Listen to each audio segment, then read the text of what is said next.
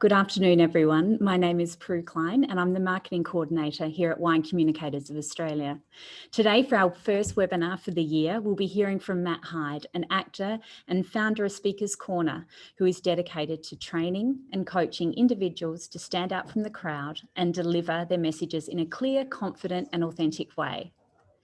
In this webinar, Matt will discuss the importance of speaking with confidence, power and authenticity, as well as coach some skills and techniques to start applying straight away in your wine business. We have allowed plenty of time for any questions you may have to be answered at the end of the webinar. However, please feel free to text them through to me as they come to mind. You can do this via the Q&A button at the bottom of your screen. Today, Matt will also be conducting a short poll, which will pop up at the start of his presentation. We encourage you to all get involved and respond to the questions. As usual, this webinar will be recorded and a link to this recording will be sent to you should you wish to watch the content again at a later point. It is now my pleasure to hand over to Matt for his presentation. Hello and good afternoon. I'd like to start by asking you a question. There was a recent survey done in the UK of people's biggest phobias and fears. Can you guess which came in at number one, the number one fear that people have? Now you should see the question on your screen right now with three options, but have a little go. What do you think is the number one fear that people had? And the second and the third. While you're doing that, I will, in case you hadn't already noticed, I'm from the UK, and it may come as no surprise that the UK isn't exactly known for its wine producing prowess. It's known for many things, but not so much its wine. This is the first time that I've lived and worked in a wine producing region like Adelaide in South Australia, and I have fallen in love with wine. So I'd just like to say it's an absolute pleasure to be in the company of winemakers, wine producers, wine sellers, wine lovers like myself. So thank you so much for having me. So how are we going with that question now? There was a recent survey in the UK, people's biggest phobias and fears. Can you guess which came in at number one?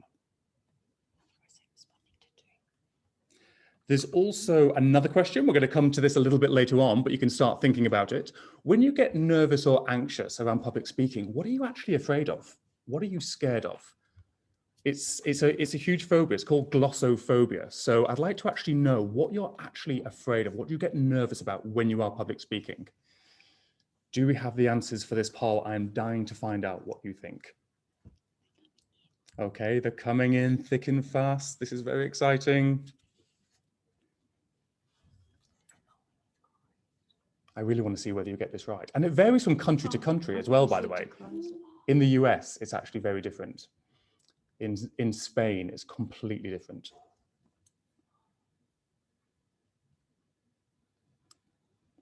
No, we're not so sure? Okay, we're going to come back to that. In fact, do you know what? I'm just going to tell you. I'm going to tell you. The number one fear that people have is heights. Heights came in at number one. Number two is snakes. And number three is public speaking. Now, I don't know if you've got much contact with heights or snakes in your role, but I know that you will be public speaking every single day. So it's that I'd like to talk about for the next 45 minutes or so. My name is Matt Hyde, and I'm the founder of a company called Speakers Corner, and we are a public speaking and communication skills training company. So just to give you a little bit of background, a little bit of context as to why I do what I do and why we're here. I trained as an actor 20 years ago in London, and I worked in London's West End, film and TV. And it's been for the past 10 years that I have transferred those skills across into the weird and wonderful world of corporate communication.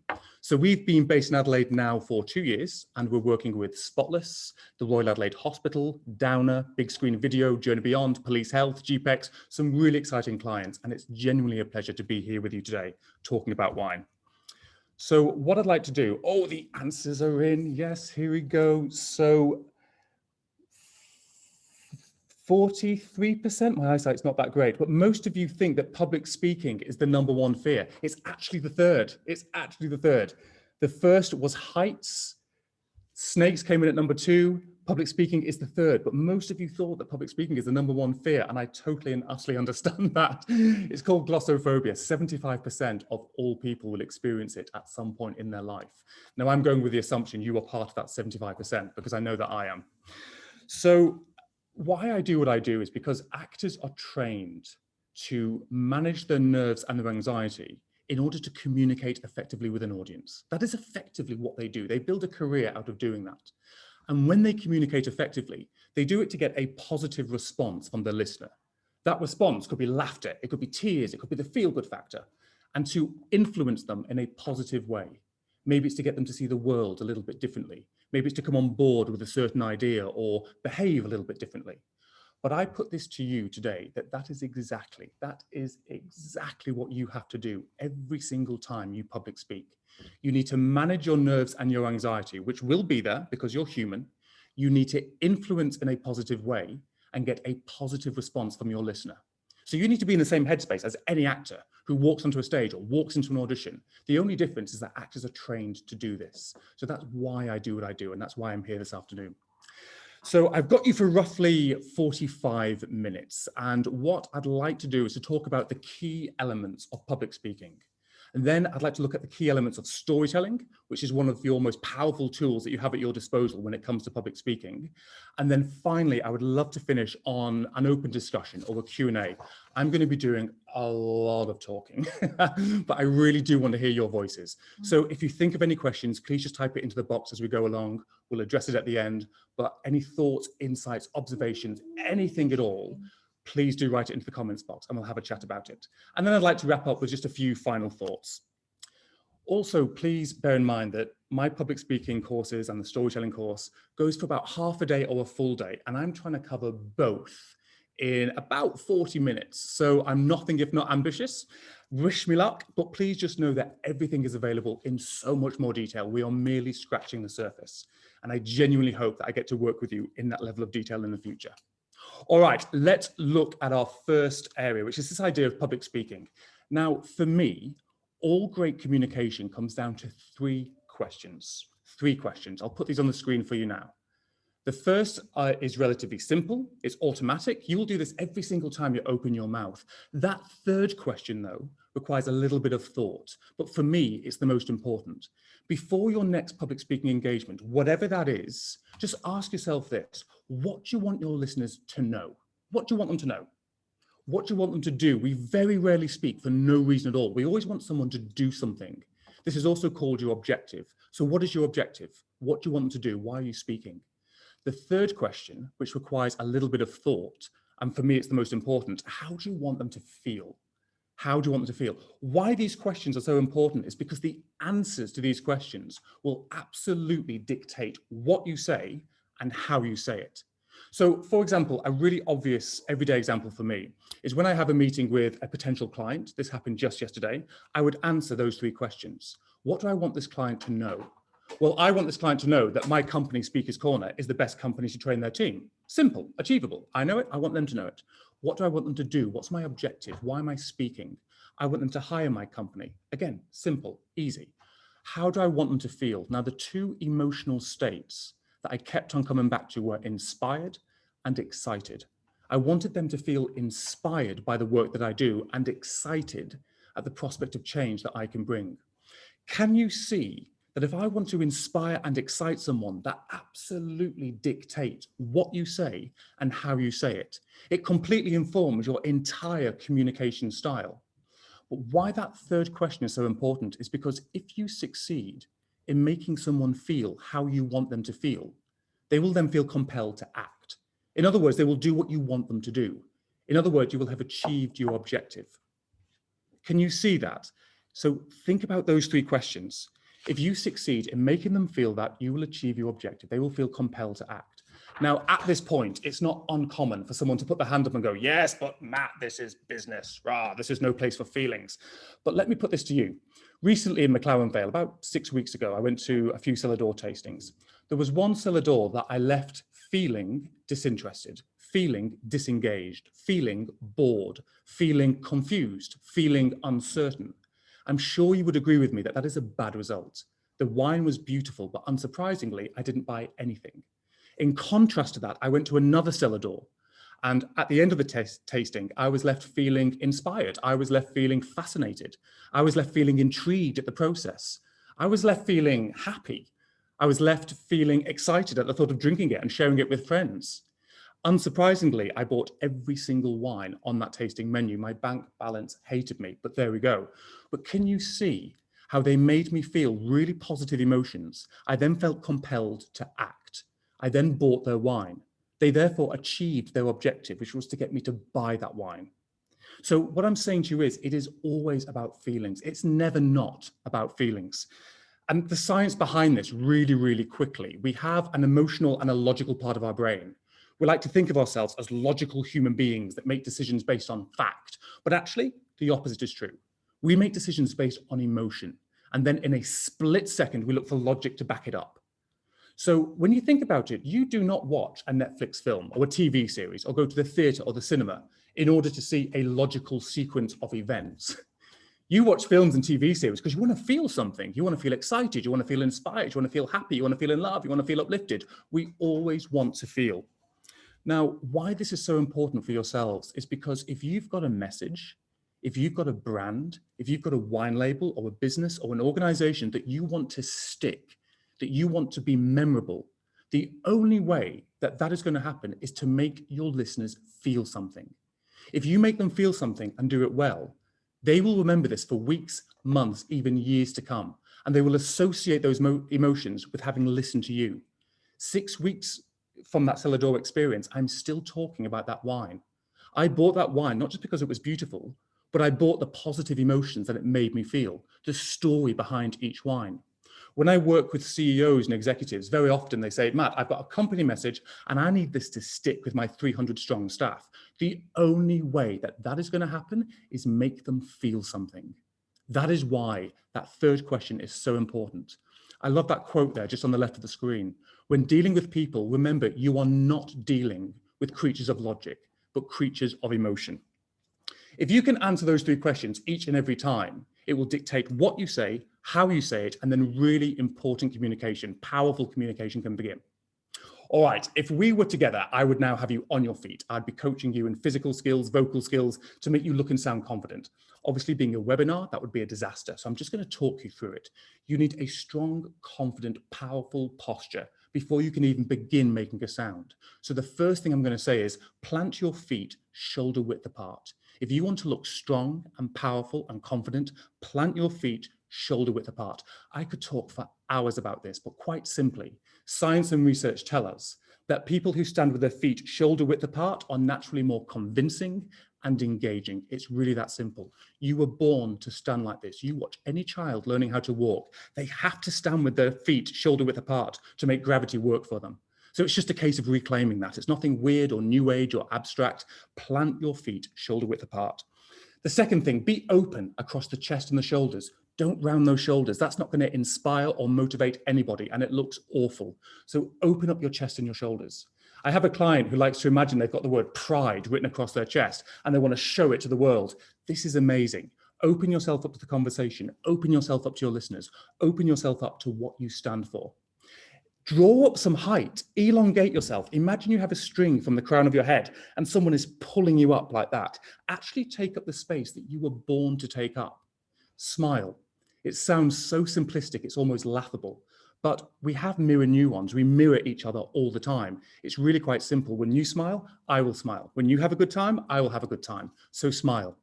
Make eye contact. The only thing that matters when you're public speaking is that human connection, and we cannot connect with you if we do not see your eyes. So make eye contact. The eyes are the windows to the soul, so we need to see those eyes. And the last thing, dare yourself. I'm going to talk a little bit more about this, but dare yourself to be vulnerable. Allow those barriers to drop and speak with passion. Let us hear your passion for wine in everything that you say. All right.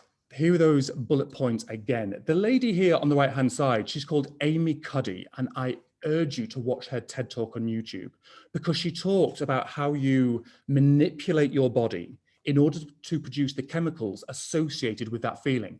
Actors have been doing this since actors began. So if you take on that strong, physical, confident posture, you will actually start to feel that. You will produce the chemicals associated with confidence, with power, with authority. That's why it's so important. It's that posture. We read you way before you even open your mouth. So you need that confident, powerful looking posture before you even start speaking. All right. If you have that posture, you're then ready to start speaking. Now, I would normally coach you in some vocal skills and techniques, but I want to jump to the last element of public speaking, which for me is the most important, which is this idea of passion. Yes, passion. Now on to the good stuff. But passion isn't a physical skill. It's not a vocal skill. It's a mental and an emotional state. So it's actually quite difficult to talk about because it means different things for different people. But I'm assuming that you are passionate about wine. You wouldn't be in the role that you were if you weren't passionate about wine. But please just know this. If you do not let your passion for wine show, you will severely limit your potential and your effectiveness as a speaker. What is passion? Passion for me, having done this now for 20 years, passion for me is a light in someone's eyes.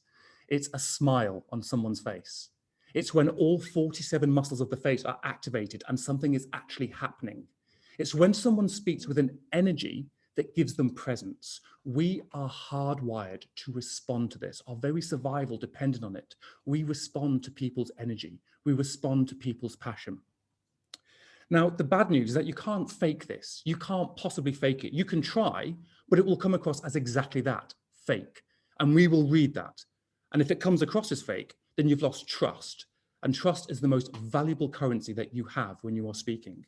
So I always say to sales teams, if you do not believe in your product and are passionate about it, you can't possibly sell it because you cannot fake these. These are so natural. These are so authentic. We are hardwired to respond as individuals to people's energy and people's passion. But the thing about passion is that you need to allow yourself to be vulnerable. Vulnerability, that is a massive word that I could talk for hours about. And I don't have the time, but quite simply, vulnerability for me, it's not standing up in front of a group of people and crying and revealing your deepest, darkest secrets. That's called self-indulgence. Vulnerability for me is standing up in front of a room full of people, allowing those barriers to drop, and simply allowing yourself to be seen. Let us see what you care about. Let us see what you stand for. Let us see what you represent. Let us see what you are most passionate about. But that requires courage. You have to be so brave to allow yourself to stand up and show what you care about. So you must be brave. It is a courageous act. So we are hardwired as human beings to respond to each other's passion, provided we get the chance to see it. So see it, we must. Now, there are those bullet points again. The reason my face is on David Attenborough's body, but why I've got Jamie Oliver and David Attenborough there is they are prime examples of people that speak with passion. David Attenborough can talk about the reproductive cycle of an ant, and he can make it sound like it's the most fascinating thing on earth because his voice drips with passion. The English celebrity chef, Jamie Oliver, I don't even like food. I like eating it, but I don't like cooking it. But when he talks about food, I go, oh, wow, I could try that. I'm interested. I'm on board. Maybe I'll do that because his voice drips with passion. These are prime examples. I'm sure you've got your own. Have a think.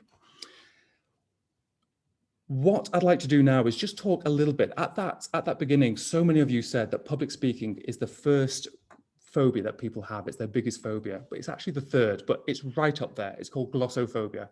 So what I'd like to do now is put a bit of another question, another poll question on your screen. What are you actually afraid of? When you are nervous or anxious or fearful or terrified, what are you actually scared of? There'll be a list of things. Just have a look at that list and see if anything jumps out at you. See if you can identify with anything on that screen and just share that. I'd be really interested to see what you think. While you're doing that, I'm going to talk about your fight or flight response. This is your body's natural reaction to stress. It's caused by your body's nervous system. It's when your body prepares to either fight or take flight. Blood rushes from your non-essential organs to essential organs. So what my first point about nerves and anxiety is that it is totally and utterly normal. This response has evolved over millions of years and goes all the way back to our cave-dwelling ancestors who had the same response when they perceived their life to be under threat by a predator. Now, so many people come to me for coaching and go, oh God, I hate public speaking. I get so nervous. And I always go, good. I'm glad. It means you are in full working order. It means your body's central nervous system is working. If you came to me and said, I don't get nervous, I'd say, well, you're either lying, you're deluded, or go and see a doctor because your central nervous system isn't working. So my first point about nerves, it is totally and utterly normal. Do we have the poll information here? Can I have a look? So being judged by either professionally or personally, looking like you don't know your content. Yeah, that'd be great. Thank you. Okay, so being judged either professionally or personally, 67%. Wow, okay. So that was definitely the highest there, Matt, followed by looking like I don't know my content, 61%. And then drops down to forgetting my material, 36%. Yep. And then other highlights, talking to audience of a more senior position, Okay. large audience size, and technology failing. Well, we can all identify with that one, I think. That's so interesting. That was a list that I put together because when I ask participants of my workshops this question, these are the most common responses. So you're not alone. 75% of all people will experience glossophobia at some point in their life. So I know that I'm in that bracket. In America, incidentally, they fear public speaking more than death. They actually fear public speaking more than death, which I find fascinating. But I can coach you mental and vocal and physical skills to manage those nerves and anxiety. But I'd like to talk about some key elements just for you to think about that you can go away and start putting into practice. Have a think about this. Nerves are invisible. When I get nervous, my palms start to sweat. I get a weird sensation in my feet. My scalp starts to itch. Everything that I've just said, you can't see. You can be dying on the inside and having a hell of a time, but we can't see it. I've worked with household names whose job it is to be on the world stage and speak. And very often they'll come off and go, oh God, that was so awful. I was so nervous. And you go, really? I can't see that. Nerves are invisible. So whatever is happening for you, please know it's not what's coming across. My second point about nerves is that people don't care. Your listeners don't care. It's not because they're mean-spirited or selfish or arrogant. It's just in this day and age, there are so many demands on our time and our attention. People are listening to you going, what can I get from this person to make my life a little bit easier, to make my job a little bit easier? How do I know it's not been a complete waste of time? The focus is therefore on your message. It's not on you. This is really good news. It lets you off the hook. They're focusing on the message, not on you. I would even take this further and say that nerves are actually a form of narcissism. So many people say, oh, everyone's going to be looking at me. Everyone's going to be judging me. Everyone's going to be evaluating me. Everyone's going to be critiquing me. Do you hear that word? Me, me, me, me, me. You're making it about yourself. It's not about you. And I know this sounds a little bit harsh, but this was a life-changing epiphany for me when I fully grasped this concept as both an actor and a speaker. It's not about you. It will never be about you. You are the least important person in the whole public speaking dynamic. So if it's not about you, who the hell is it about? It's about your listeners all the time. You need to focus on your listeners 110%. If you do that, you do not have the mental or the emotional bandwidth to be focusing on your own nerves and anxiety. We're not that clever. We're not that sophisticated. We are not that evolved. So focus on your listeners 110%. If I was in a room with you all now, I would be looking at each and every one of you.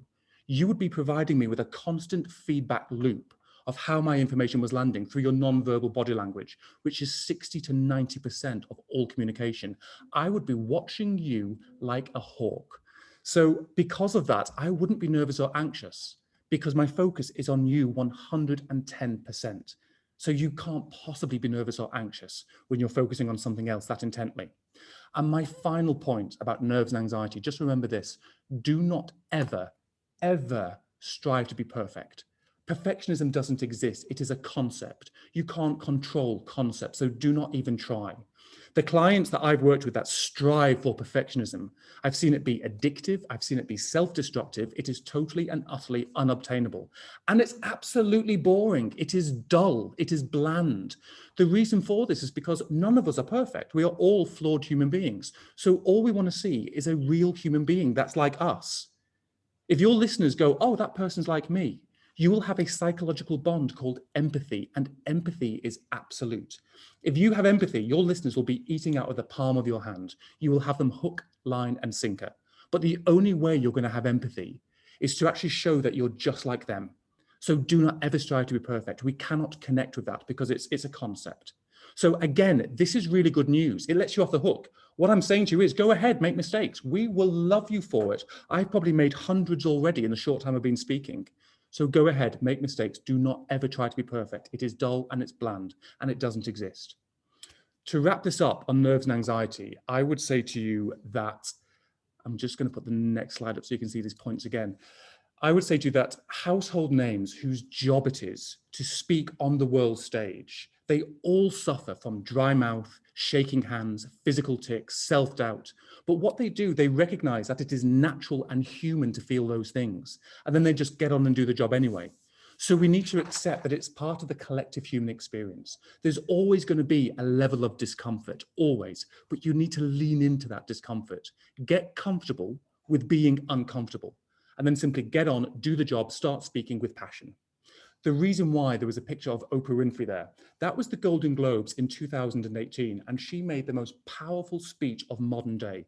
It was so powerful, she spawned an entire political movement called #TimesUp. In an interview later, she said it was so awful because her mouth was so dry that her lips were sticking to her gums. She had to over-pronunciate to get every single word out, to get her lips over her gums. We didn't see that. That takes me back to my first point. Nerves are invisible. She was going through hell, but all we saw was the most powerful speech of modern day. So I'm going to leave that with you. So I've been doing a lot of talking. If you have any thoughts, insights, questions, observations, put it into the comments box. We're going to address it later on. I'd like to move now onto that second area of storytelling. Now, I need to say that storytelling is not about standing up in front of your colleagues or your team or a cellar door and going, once upon a time. Yeah, it's not that. It's not that. It's using the structure of a story in order to convey information, or an idea or a concept or a brand or a label, in order to make it come alive. Come alive in such a way that it grabs your listener's attention, it hooks them emotionally, it leaves them feeling compelled to listen, and then it inspires and motivates them to take some kind of action at the end. Maybe it's to buy your wine, maybe it's to come on board with a certain idea. So that is what storytelling is. There are so many elements of storytelling, and once again, we are merely scratching the surface. This is available in so much more detail, and I hope I get to work with you on that. But the first thing, the most fundamental element for me of public speaking is something called the hero's journey. So this is a classic structure that's been around for over 3,000 years. We see it in Greek mythology, ancient religious texts. We see it in Shakespeare, modern day fiction, Hollywood blockbusters. It refers to a story where there is a hero. They venture out on a journey. They overcome obstacles, they overcome adversity in order to create a bigger, better, brighter future. So those examples on your screen, PowerPoint would only let me put 4 examples on my slide, but The Lion King, The Hunger Games, The Hobbit, The Lord of the Rings, these are classic examples of that hero's journey. Where there was a hero, they go on the journey, they overcome obstacles, they face adversity, they create a bigger, better, brighter future. If you can think of any more, again, type it into the comments box, let me know. Now, why this is important is that this is going to be the backbone. This is going to be the spine of your storytelling structure. Now, in any good story, there are many characters, and these are called archetypes. So there is the victim, there's the ruler, there's the warrior, but there's 2 main characters. There is the hero and the mentor. The hero is the person that goes on that journey. The mentor is the person that guides them on that journey. Again, great examples would be Harry Potter. He's obviously the hero. He goes on a massive journey. Dumbledore would be the mentor. My childhood film of The Karate Kid, Mr. Miyagi was the most famous mentor of the 80s. Daniel LaRusso would be the hero. In Lord of the Rings, obviously Frodo is the hero. Gandalf is the mentor. In Star Wars, Luke Skywalker is the hero. Obi-Wan Kenobi is the mentor. You get the idea. So when you are public speaking, no matter what context it's in, you need to cast yourself in a role. If you are speaking, you are the mentor. You're not the hero. I hate to break it to you. No matter how much you may want to be, you are not the hero. Your job is to be the mentor. Your audience is the hero. They are the people that are going to go on that journey with you guiding them along the way. You are going to be their trusted advisor. Now, just a bit of a word of warning. Do not make your wine or your product or your business or your label or your brand, do not make that the hero. So many people fall into this trap. If you start talking about your business's size, its reach, its wealth, how it's going to solve all the world's problems, you run that very real risk of coming across as arrogant or boastful or both. And if you do that, your listeners will quite simply disengage. They'll feel alienated and disempowered, and you've totally and utterly lost them. So do not make your business the hero or your wine. That's called the solution. We're going to come on to this a little bit later on. But when you are speaking, you are the mentor. Your audience is the hero all the time. Another key element of storytelling is pain and pleasure. Oh, yes, pain and pleasure. So in order to hook your listeners, you need to tap into our very shared evolutionary instincts of pain and pleasure. There are many complexities and variations of these states, obviously, but on a very simple level, we are hardwired to avoid pain and to seek pleasure. These examples on your screen are examples of businesses that have hooked their listeners and the general public by using this pain and pleasure scenario. Because these are our shared human instincts, this element of storytelling is your most powerful tool when it comes to your storytelling structure. Your job as the mentor is to guide your hero on a journey, demonstrating that you can take them away from the pain of the past or the present towards the pleasure of a brighter future. So for example, let's look at LinkedIn. When LinkedIn launched, they tapped into the public's very real pain of wanting to connect with like-minded business professionals, how difficult that was, how time-consuming that was. They promised to take all of that away, and they did. Kindle, when they launched, they tapped into our very real pain of wanting a book, books not being available, having to order a book, having to wait for a book, the expense of the book. They promised to take all of that away, and they did. Uber Eats, the pain of having to, or Uber cabs, having to order a taxi, wait for a taxi, standing on a busy sidewalk, hailing a cab, one not being available, pain, pain, pain. We can all identify with this pain. They promised to take all of that away, and they did. They all had razor-sharp branding, they all had sleek and sexy designs, but they promised one thing, which was pain alleviation, and that was key to their success. Another key element of storytelling is this idea of money, time, and values. There is not a business out there that does not care about money, time, and values. They make the world of business go round. So let's have a look at this in more detail. Money is obviously money. It's profits, it's targets, it's missing or achieving targets, it's wasting money. Time is about efficiency, deadlines, best use of time, best use of resources. Values is everything that you care about at work that isn't money or time. So reputation, pride, work-life balance, honesty, integrity.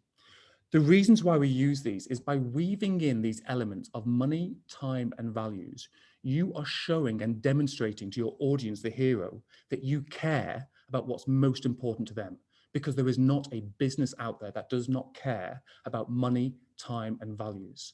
So when you're creating this world of pain, weave in these elements of money, time, and values. You don't have to call pain, pain. I realize that sounds a little bit dramatic. You can call it problems, you can call it issues, you can call it concerns. So once you have highlighted your customers or your hero's current pain, you then need to sell them this world of pleasure, the pleasure of a bigger, better, brighter future. Now, if you've highlighted their pain effectively, they will be only too willing to be moving over here towards this world of pleasure because of those evolutionary instincts that we all have. And we see this in stories all the time. We see that hero that's struggling with something in their life. They then realize there's the potential for pleasure of a bigger, better, brighter future. And that compels them to go on a journey. This is exactly what you are doing now for your listeners, the audience, the hero. Now, a great way to do this is start your sentences and phrases with what if or imagine. These are really powerful phrases that demand your listeners to actually use their imagination and actually start dreaming about this bigger, better, brighter future. Obviously, you can't lie. You need to keep it realistic. But by the same token, be bold. Paint it in vivid colors. Tell them how great it's going to be when you get there. Again, weave in those elements of money, time, and values. That sentence you see on the screen was used by a client of mine literally just yesterday. It is a textbook example of how in a single sentence, he created this world of pleasure by using money, time, and values. He said, imagine if we could save our clients time. What if we could hit all of our financial targets? And imagine if we could give our staff a sense of pride and purpose in their work. When I watched him do that, there wasn't a single leader or CEO or executive in that room that didn't sit up and pay attention, because that is something that they care deeply about. I think a really great example, just to put this into some kind of context, the late founder of Apple, Steve Jobs, he was a master at using this pain and pleasure introduction. You watch the launch of any Apple product on YouTube and you will see this master at work. When he launched the iPhone, he spent at least 15 to 20 minutes creating this world of pain, which was other smartphones, which he said weren't that smart. He said they were big, they were clunky, they were ugly, they weren't functional. Pain, pain, pain. He then spent 15 to 20 minutes creating this world of pleasure. He said, imagine a phone that was touchscreen with no annoying fiddly little buttons. What if it was also an internet connection device and a music player all in one? What if it was a sleek and sexy design that just slipped into your back pocket? Pleasure, pleasure, pleasure. Then and only then did he reveal the solution, which was the product itself. If you watch that launch of the iPhone, it is an absolute masterclass in how to use its pain and pleasure introduction. But this is exactly what you are going to do. You are going to explain the current pain of your hero. You're going to create the pleasure of a bigger, better, brighter future. Then and only then are you going to reveal the solution, which is your wine or your brand or your label or your idea or your business or your organization. It's this solution that's going to take your listeners from that world of pain to that world of pleasure. Now, at this point, your listeners may well be going, yeah, that sounds great. Yeah, wonderful. I'm on board. But how is that solution going to take me from there to there? So this is now where you go into the detail. This is the main bulk of your message. You're going to be spending about 75% of your time here. This is the main event. Once you've revealed the solution, you're then going to show the process of how it's going to take them from that world of pain to that world of pleasure, backed up by proof and process. The proof is your stats, your data, your charts, your graphs, your visual aids. That is your proof. But you're going to reveal the process of how your solution is going to take them from pain to pleasure.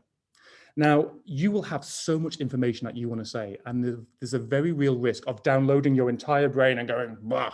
And we see this at cellar doors, unfortunately, all the time. Someone gets very excited by their wine and they just give you way too much information. And then you totally and utterly disengage. You absolutely switch off.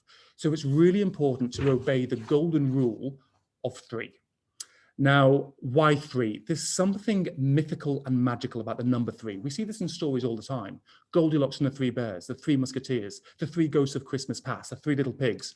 We speak in 3s. We say past, present, and future. Come rain, hail, or shine. The truth, the whole truth, and nothing but the truth. Organizations use this in their branding all the time. Just look at the screen. Wrangler says real comfortable jeans. Nike says just do it. eBay says buy it, sell it, love it. KFC says finger licking good. Politicians use this all the time. Stop the boats. That's a horrible example, but it was true. Get Brexit done. Education, education, education. There's something mythical about the number 3. So you need to lump all of your information into 3 separate areas. Not more, not less, always 3. Again, Steve Jobs, when he launched the iPhone, it had a million different functions, but he quite simply said, it is a phone, it's an internet connection device, and it's a music player. Let me show you how each part works. By lumping your information into 3 separate areas, you're allowing your hero, the audience, to come on that journey with you, make it digestible, and most importantly, remember it later on. All right, congratulations. You are almost at the end of your storytelling structure, but you have got one more thing to do. You've got one more thing to do. You've given your listeners, you've highlighted their pain, you've sold them the better future, you have revealed the solution and told them in 3 simple stages how it's going to get them from there to there. But you've shown them the path, but they now need to go from knowing the path to walking the path.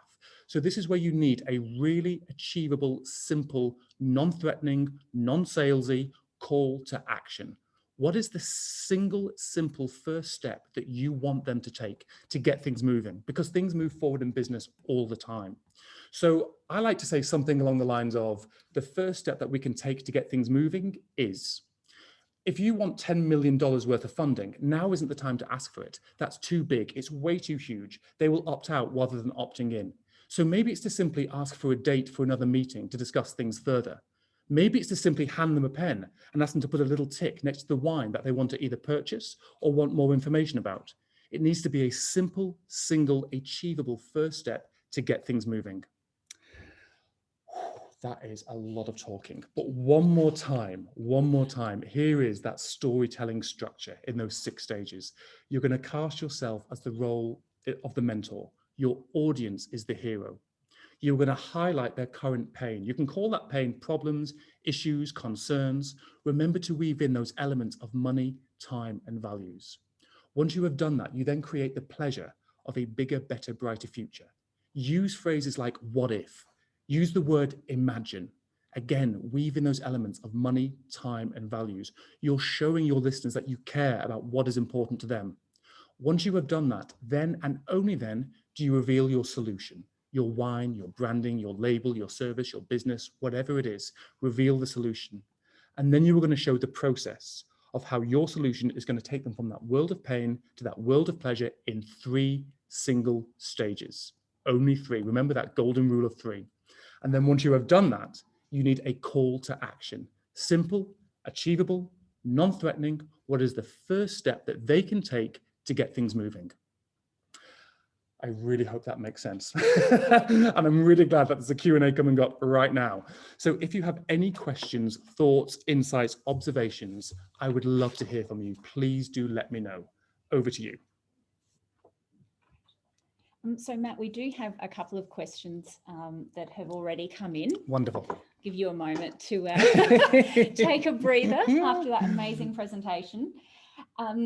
So the first question is, Matt, how do we focus on our listeners while we're doing so much of our presentations via Zoom? And I know it's something you and I actually spoke about earlier and the challenges that's faced.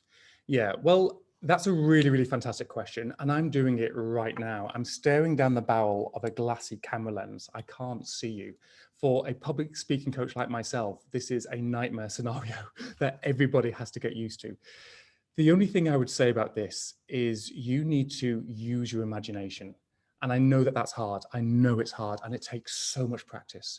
But actually, the number one tip that I give people, and I use this all the time, I'm not doing it now if I'm really honest, but I do it most of the time. I actually have a photograph of someone that means a great deal to me. It could be a friend, it could be a family member, it could be an animal, it doesn't matter. Stick it next to the camera.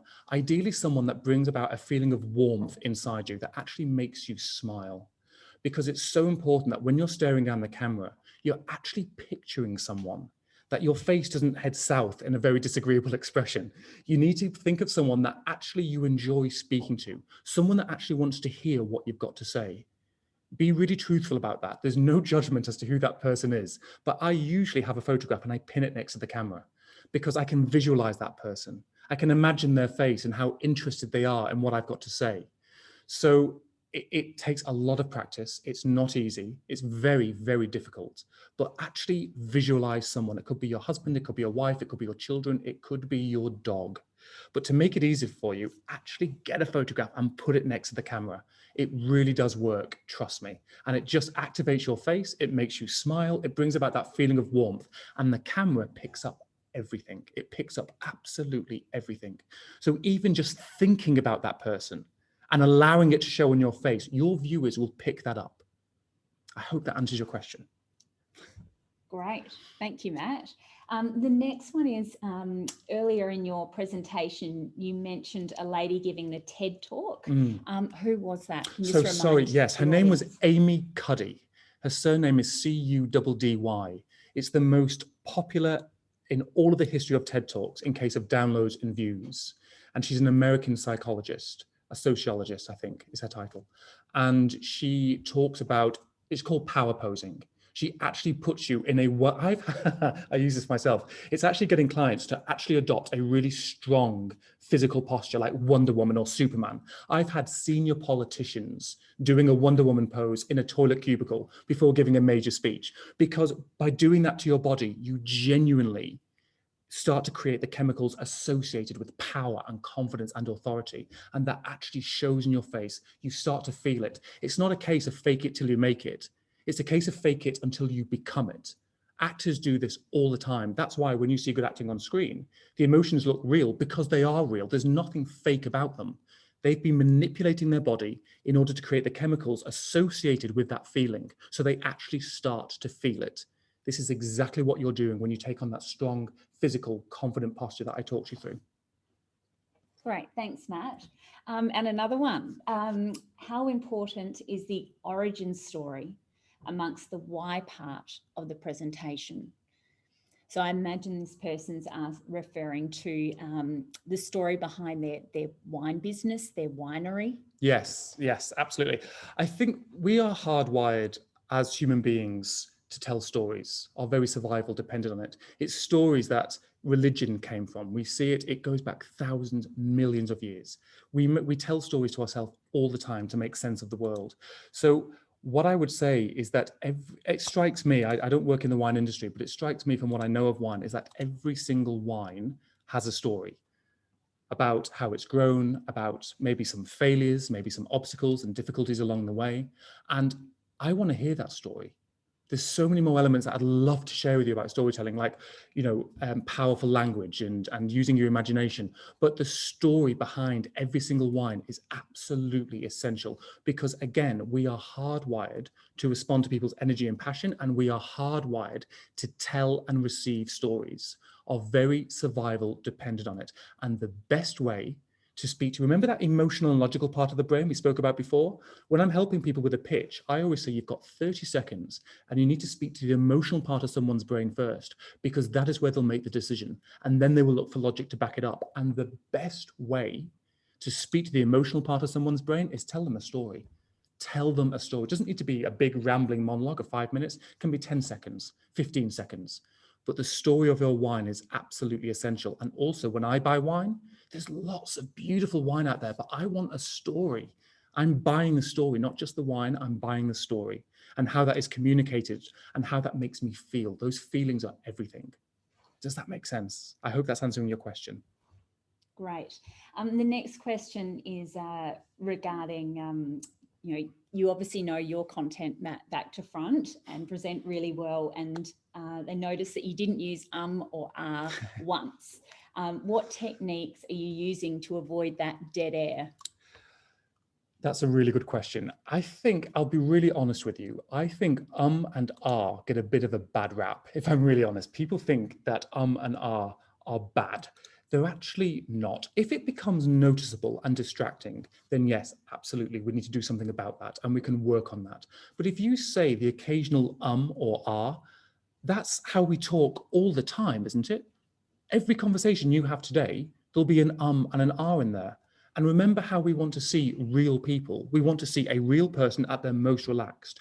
So do not be afraid of saying an or an And I'll let you into a little secret. When I work with political people, they very often, when they're writing their speech, they will stick in an and an deliberately because they know that that makes them look human. And they know that the general public will only connect with a real human being. They will even trip over a certain word or phrase. They will make a mistake like that because they know that makes them look human. So what I would say to you is, don't be afraid of an or an because we use that in real life all the time. And remember, we want to see a real human being. If the ums and ahs become distracting, then yes, absolutely, we do need to do something about that, and we can work together on that. It's about, I would say, connecting to your content. It's about doing some physical and mental techniques to actually calm yourself down. And it's about truly connecting with what you're saying. But very rarely have I met someone where it's actually been a problem. Do not be afraid of an or an because I promise you, it makes you look natural. Great, thank you, Matt. Someone's also asked if you have other workshops that the audience can access. Yes, absolutely. What I would say is reach out, make contact. I'm going to put my details on the screen right now. All of my contact details are on there. Let's have a conversation about that. Absolutely. We can run a workshop for you, your team, your department. That's no problem whatsoever. Absolutely. Right. Happy to take another question? Absolutely. Wonderful. My team are curious to know what a top 3 tips are on dealing with introverted audiences versus extroverted, as some are hard to get responses out of them to find out what their pains and pleasures are. And they're referring to a cellar door tasting environment. Mm-hmm.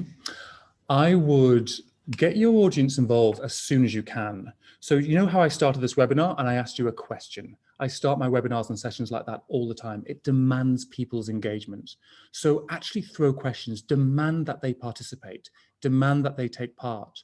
Also, you need to adopt your communication style slightly in the way that I gave you that posture to look strong, confident, and powerful and strong. That's wonderful. However, that can be a little bit intimidating for someone that is introverted. So I would actually get you to change that posture slightly.